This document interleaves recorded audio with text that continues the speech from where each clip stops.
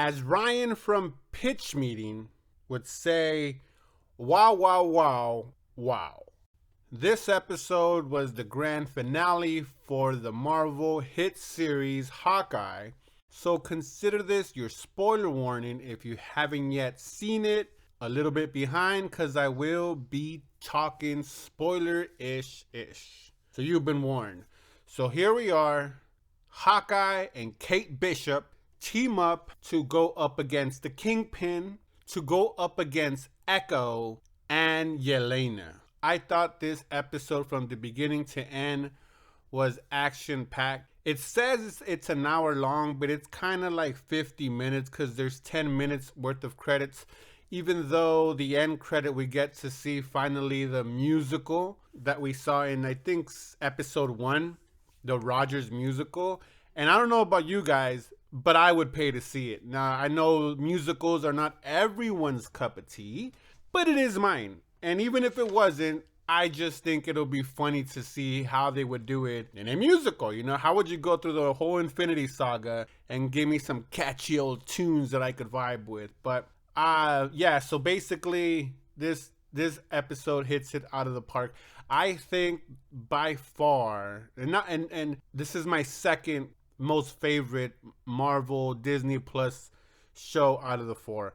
I know we have a long way to go. There's more shows coming next year, but as far as 2021, this one takes the silver really close though in the Tales of Wanda.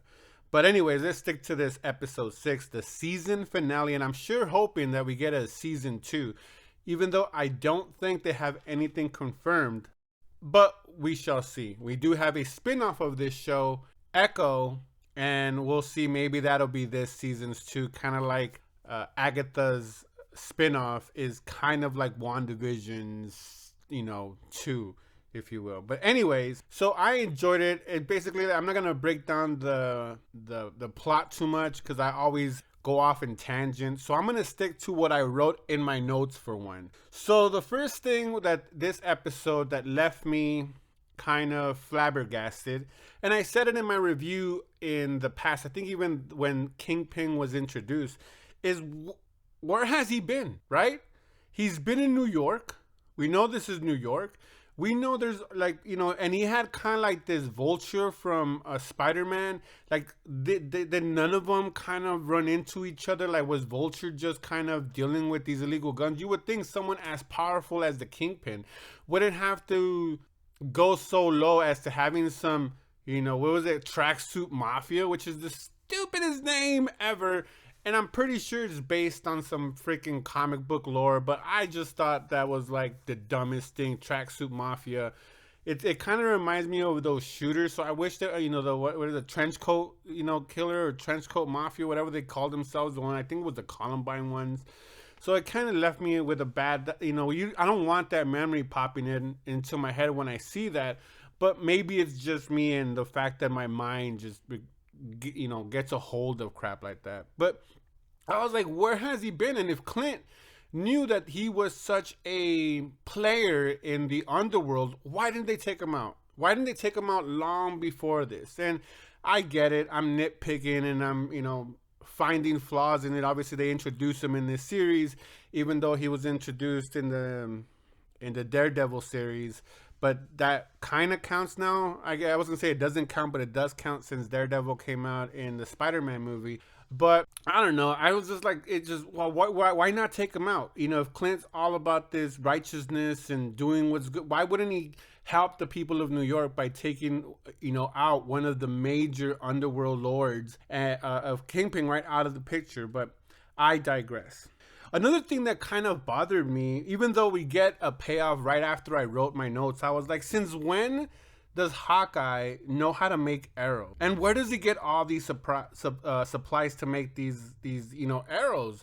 And that he just goes off and modifies. And then we find out, which kind of brought my, not frustration, but my agitation with the scene when I saw the Stark tech. And I'm like, okay, so he is modifying some Stark tech to kind of make new tech, if you will. But when has Hawkeye ever shown us this ability? It's always been Banner. It's always been, Tony. It's always been, Black Panther's sister. It's always been. When did Hawkeye learn how to do this? And in such a short time, like, okay, which kind of left me a little bit, perturbed, if you will. I'll tell you this on a lighter note: the dramatic Christmas music that they were having I'm here for it. They need to release that so I could play it on repeat for many, many Christmases to come, because I love that kind of epic Christmas thing. And it was like, whoa, it's it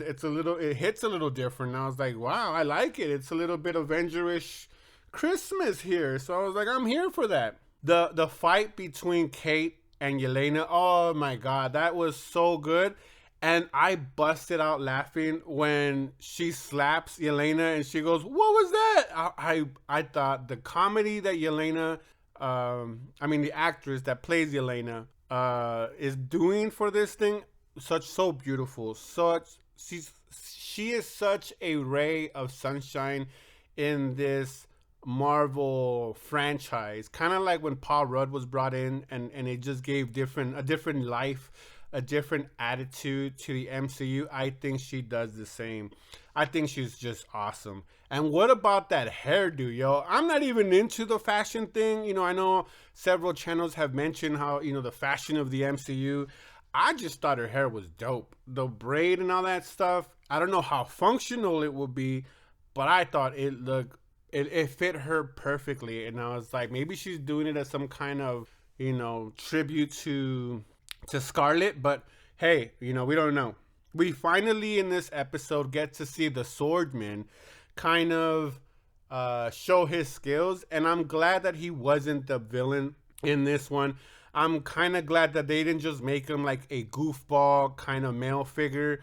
It's debated whether how much they made him into a goofball. I mean, he was kind of a goofball, I guess, but we got a little bit of action. I don't know if people will be okay with that. I know there was a bunch of theories about who he was and how big of a presence he would put in this series, and obviously it wasn't much. But I was glad at least he got out of jail, he had his sword, and he helped out Kate, and he helped out Clint, and he kind of protected a bunch of people when these, tracksuit mafias were out there doing dumbass, just wilding out in public. And where were the cops, right? I get it, it's MCU, it's fantasy.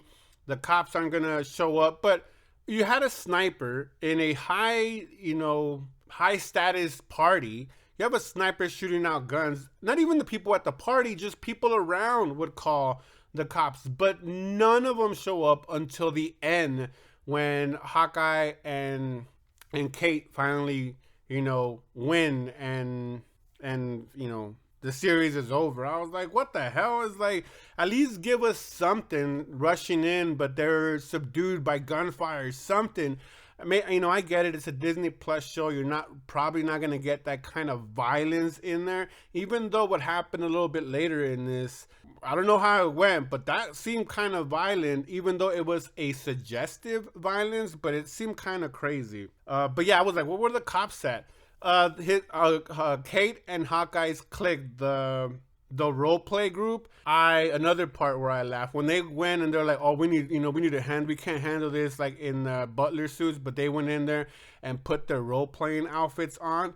I laughed, and when Clint said, "Oh yeah, we're gonna die," I chuckled. I thought it was great. So good. When Hawkeye and Yelena were fighting, and it was a great fighting scene too, by the way. I love the choreography in that fight. And Yelena was just kicking his Yelena was over, or is it Yelena? It is Yelena. What am I doing? I keep on going back and forth. You know who I'm talking about. Though when he whistled, and it's a callback to the Black Widow movie, chef's kiss to that. It gave me a little bit of a chill that this is how she knew that Clint was telling the truth, that he and Black Widow were close, that they were like brother and sister, that they had each other's back, that she, Black Widow was just so hard-headed, so focused on saving the world. The fact that Natasha wanted to be the one to sacrifice by her own free will, that wanted to protect her sister. When he did that whistle, she knew right then and there that this was between them two. So if Hawkeye knew it, They had to have been close, and I thought that was just beautiful. Chef's kiss to that scene. A scene that I enjoyed just because I didn't like the actor when he was playing it. I never watched the Daredevil show, by the way. I know people are freaking out, and I enjoyed when I saw Daredevil and Spider-Man, No Way Home. But I wasn't a fan of that show anyways. I wasn't a fan when Ben Affleck did Daredevil. I just don't like the character. I don't like the character in the comics. I thought it's ridiculous, and I get we need representation, and he's blind, and he's handicapped, and blah, blah, blah, blah, blah, all that stuff. Fine, I'll give it to you. But when Echo shot what I put down, I said, Echo killed Kingpin, WTF. I know a lot of people don't think that she did. I hope that she did. Because I do not like the actor. Nothing to the actor. I love him in other movies that he's been in. I don't like him as a Kingpin. Kingpin needs to be bigger. This Kingpin was very cartoonish. I know people are going to say, no, in the series, he was a lot more dark. He was a lot more vicious. I get it. But if this is the Kingpin that we're going to get, this cartoony, he gets stabbed in the heart and he doesn't die and he throws his fat around and that's how, no. I remember the Kingpin from the amazing, the Spider-Man TV series in the 80s or in the 90s, sorry. Where he wasn't this cartoony. He was, he was big, but he was like sumo wrestler big, strong. So this whole thing, I'm glad. I hope he's dead, and I hope they go another round. I know we're developing or building the Spider-Verse up in both the Sony side and in the MCU, but and I get it. Kingpin is like the center point in the villain world of Spider-Man, but there is so many out there that they could fit in that role, and I'm okay with that. And even mix and match. Maybe she didn't kill him, maybe, but even if they did, even if Echo didn't kill him, I hope they cast somebody else. I do not want to see him. For me, he doesn't embody the Kingpin, but that's just me. I like that at the end of it when they're when Kate and Hawkeye are kind of trying to make names. And Kate says, oh, what about Lady Hawk? I know if you guys aren't like comic book fans, Lady Hawk is actually a Marvel superhero that came up mostly in the Spider-Girl verse, in the Spider-Girl comics. She did appear twice in the Spider-Man comics, if I remember correctly. But she was mostly involved in the Spider-Girl comics. And I thought it was a little bit of a diss on their own property. I don't know, maybe it's an Easter egg, right? Maybe Lady Hawk will come up soon in the MCU. That's what they did with Doctor Strange, right? When they name dropped him, I think it was in the Winter Soldier when he goes, oh, or maybe, Civil War. I think it was Winter Soldier. But when he was like, oh, you and he kind of says, oh, and Doctor Strange. And then, a few years later, bam, we had Doctor Strange. So maybe this is one of those that they're going to drop later on.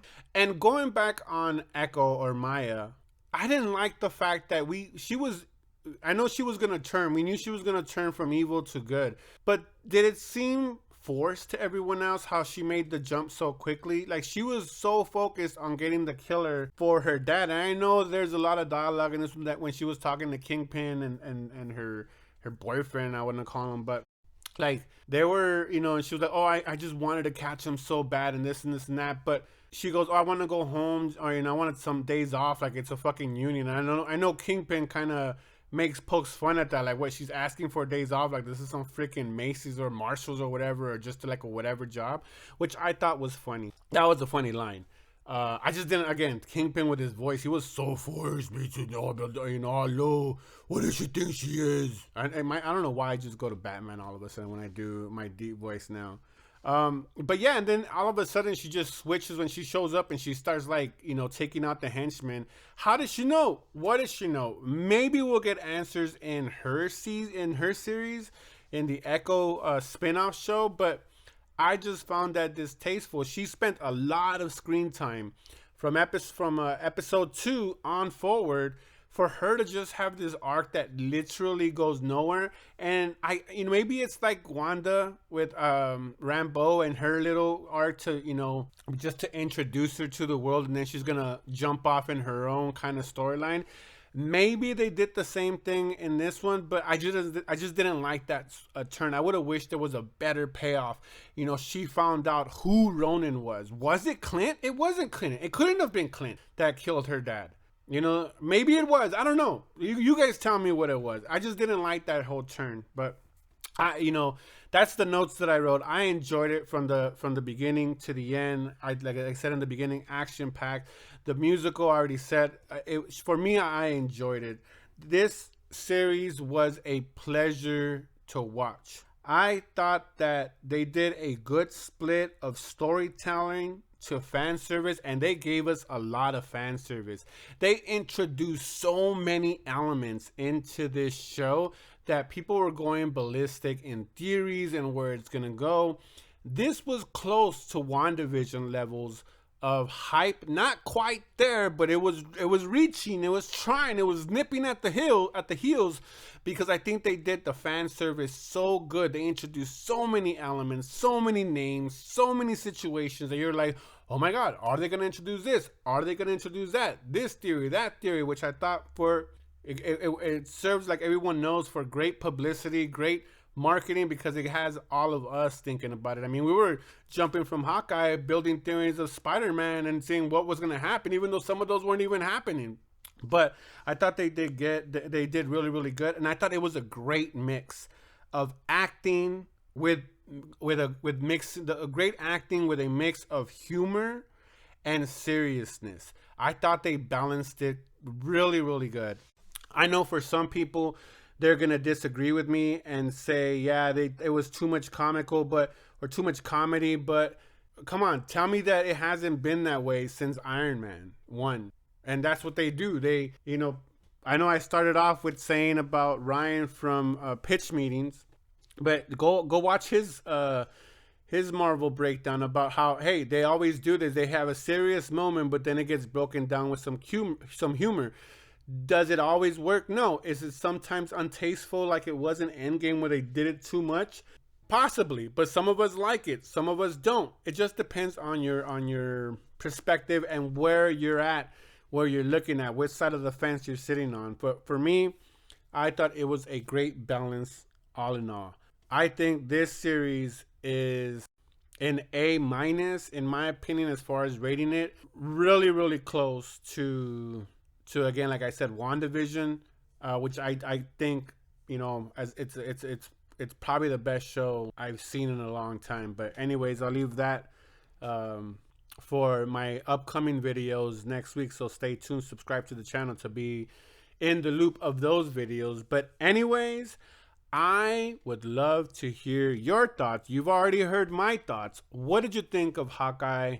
Did you enjoy it? Did you hate it? No holds bar.